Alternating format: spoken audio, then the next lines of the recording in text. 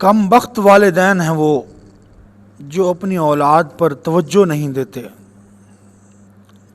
نوجوان اولاد بگڑتی جا رہی ہے، اور بعض بدبخت والدین وہ بھی ہیں جو اپنی نوجوان بچوں کے ساتھ بیٹھ کر فلمیں دیکھتے ہیں، ڈرامے دیکھتے ہیں، اور غیروں کے کلچر اپنی اولاد میں منتقل کرنے کی کوشش کرتے ہیں.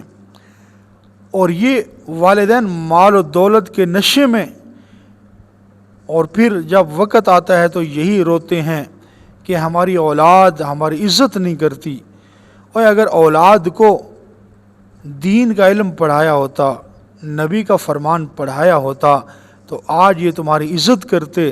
اسی لیے سب سے بنیادی بات یہ ہے کہ ہم اپنی اولاد کی تربیت اس دین کے مطابق کریں، اسلام کے مطابق کریں.